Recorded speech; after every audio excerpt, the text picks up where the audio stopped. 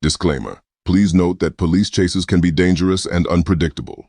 We do not condone reckless driving or any other illegal activity. Our videos are intended for information and entertainment purposes only.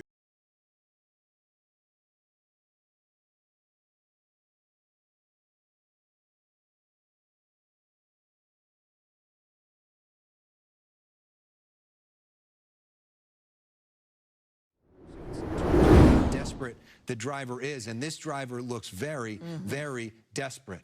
You wonder on a Friday night, going into a holiday weekend, how much traffic they're going to run into, but the fact that they're just moving this quickly through lanes, you worry about the other drivers that are on the road at this moment too. It doesn't look like you've got the lights and sirens right behind this driver, maybe because this is so dangerous at this point, but the danger for the drivers on the road without the lights right behind them is they maybe don't know that this guy is coming and flying past them at plus 80 miles an hour. And you look at the differential between this guy, Christine, and the other drivers on the road. Yeah, it's a frightening one to watch here on a Friday, as you said, Easter weekend here. Coming in, so some people maybe already got off the road to avoid some of the rain coming in.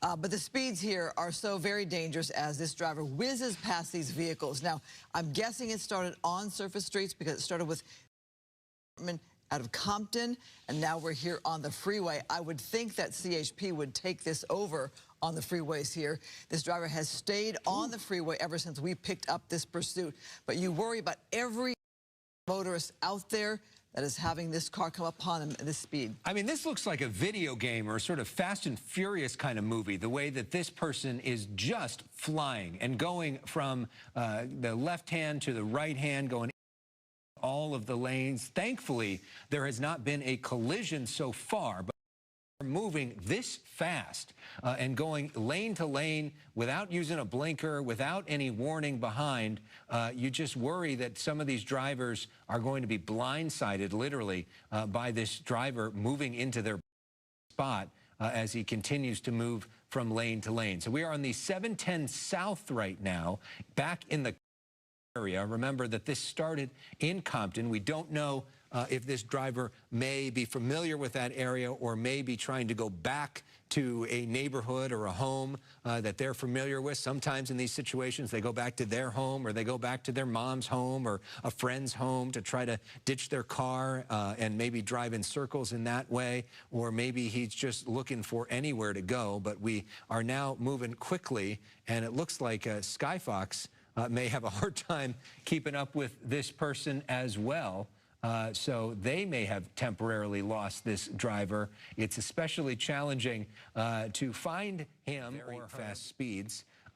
So we're going to give our folks in the chopper a second to figure out what's going on and try to find this car.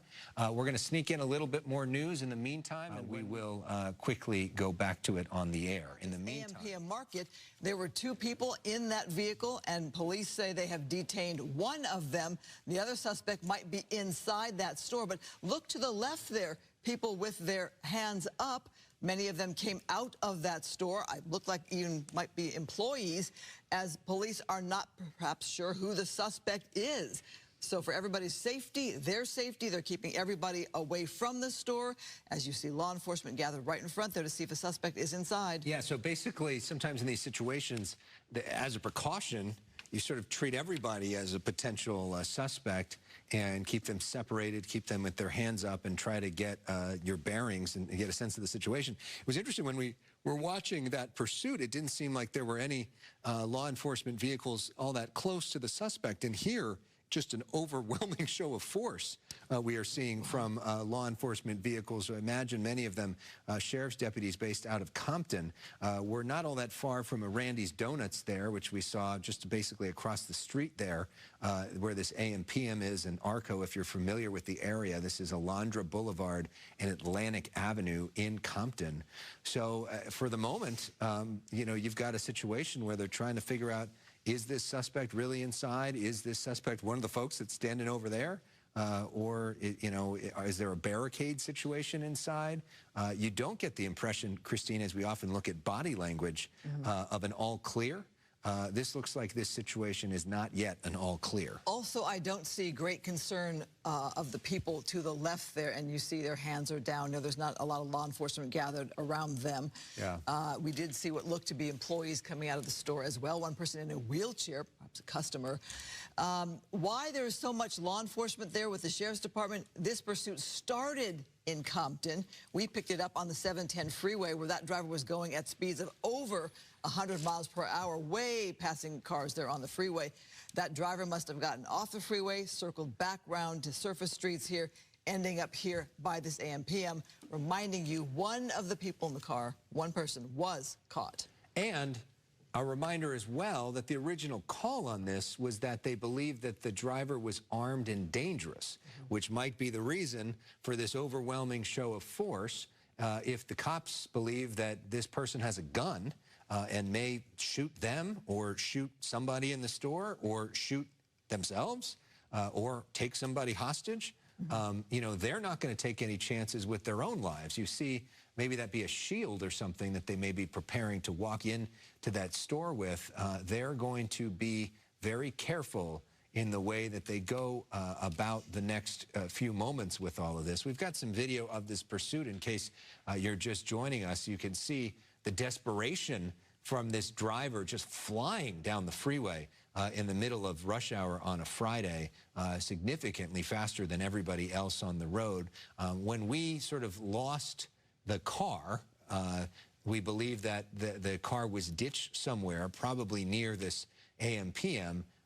Two people got out of the car, one of them apprehended, the other person potentially in this AM/PM mini-mart, but we have not seen anybody come out in handcuffs, and it looks like law enforcement is getting in place to potentially make their move and you know, get a better sense of what's going on inside that store. Interesting to watch the body language of the officers there, obviously standing outside of the store for their own protection and safety, wondering what intel they have from inside, whether the clerks there or the other customers were able to give an idea as to where the suspect went in that store. Perhaps they're locked in a bathroom, who knows.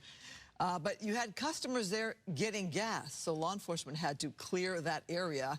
I'm thinking I see some vehicles still there, perhaps stuck there where people can't leave. Right, and you also wonder, you know, what kind of intel they have in terms of what firepower this barricade looks. So now they're sending a dog in. They also have the option, if they want to wait, in waiting for a sort of SWAT team or people that may have more specialized equipment or more heavy-duty protective equipment to protect the officers who may have to go in and make a move if indeed this suspect may have a gun or may be pointing a gun at them, threatening to shoot them.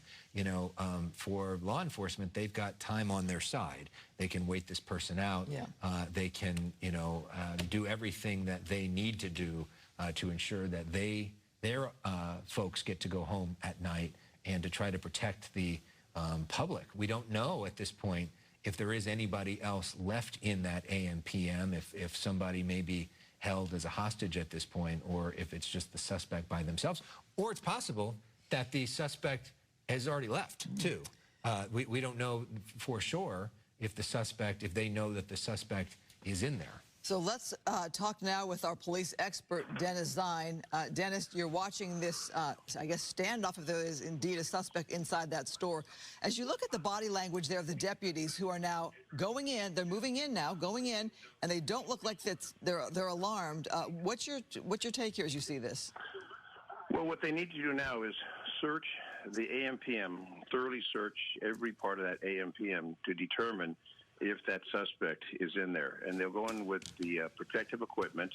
They'll have weapons with them, and there'll be sufficient deputies, as we see, surrounding that AM/PM. And the folks on the other side of the building that are standing there as possible suspects, they need to sort this out. But they'll search everything they can in that AM/PM to find out if the other suspect, and I guess there's two suspects, is hiding out inside. So they'll look throughout that entire facility and find out and determine whether it's clear or not. If it's clear and the individuals outside, they can't identify them, being involved in the pursuit, then they'll go with code 4 and return to patrol. They have a number of units, so they probably called in units from adjoining areas of the LA County Sheriff's Department, because they don't deploy that many units on a watch. So that's a tremendous amount of personnel that's there, uniformed personnel from the LA County Sheriff's Department for this particular suspect. And as we saw by the driving was absolutely outrageous. Yeah. 100+ miles an hour on a freeway with other vehicles. And now we see a sheriff's helicopter overhead, but it'll be the ground search they determine. And if they can't find a suspect, then they'll do a code 4 and they'll clear. So, Dennis, I'm just watching the body language here. They went in with a canine partner, and they went in with several officers, and there's no commotion outside right now. There's nobody standing, at alert there, so to speak. I'm almost wondering, is there a suspect who is in custody, who is down there inside that store, do you think? Well, apparently there were 2 suspects, driver, passenger, and apparently they have 1 suspect, so they're obviously searching for the second. So they're basically looking for not anyone other than a suspect in this particular case. And if they have that information and looking for someone could be concealed in there. Oftentimes, when they hide, they'll hide in the attic. They'll hide any place they can find. And that's what they're looking for. They'll search that thoroughly with the canine. And if there's a suspect in there hiding, which could be the case, many times they seek refuge in a facility, whether it's a residence or a business, and there's a lot of places they can hide in there. But they have sufficient deputies, as we see by the air unit showing the number of vehicles that are there. I'm sure there's plain clothes officers, detectives, et cetera, that respond to this situation. Yeah, you wonder if that vehicle with the doors open may be the suspect's vehicle there. We're getting some intel in Fox 11 that there may be a second suspect who is, and now we see this person going in custody, which would be a major development, meaning, and that they're trying to now just clear out this AM/PM as a precaution. And make sure that everybody's safe and that maybe there isn't somebody else connected to all of this. Correct. They want to make sure that they arrest the suspect and that all civilians are safe and secure. And again,